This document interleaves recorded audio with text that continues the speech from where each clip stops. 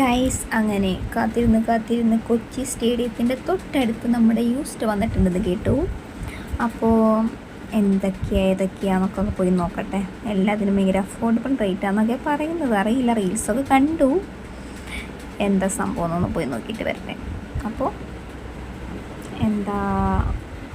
സെലക്ഷനൊക്കെ ഉണ്ടോയെന്നൊക്കെ നോക്കണമല്ലോ. നമ്മുടെ തൊട്ടടുത്ത് വന്നിട്ട് പോയി കണ്ടില്ല എന്ന് വേണ്ട. ഓക്കെ, അപ്പോൾ പോയി കണ്ടിട്ട് വരാം.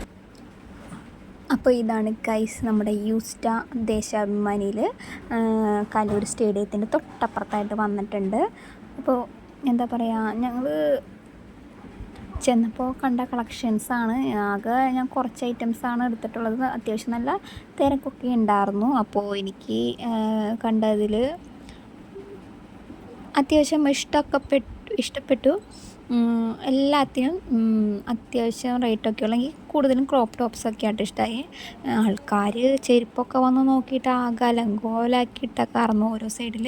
അതുകൊണ്ട് നമുക്ക് ചെരുപ്പിൻ്റെ ഭാഗത്ത് വലിയ കാര്യമായിട്ട് ഞാൻ നോക്കിയില്ല, ആകെ അലങ്കോലായിട്ടൊക്കെ കിടക്കായിരുന്നു.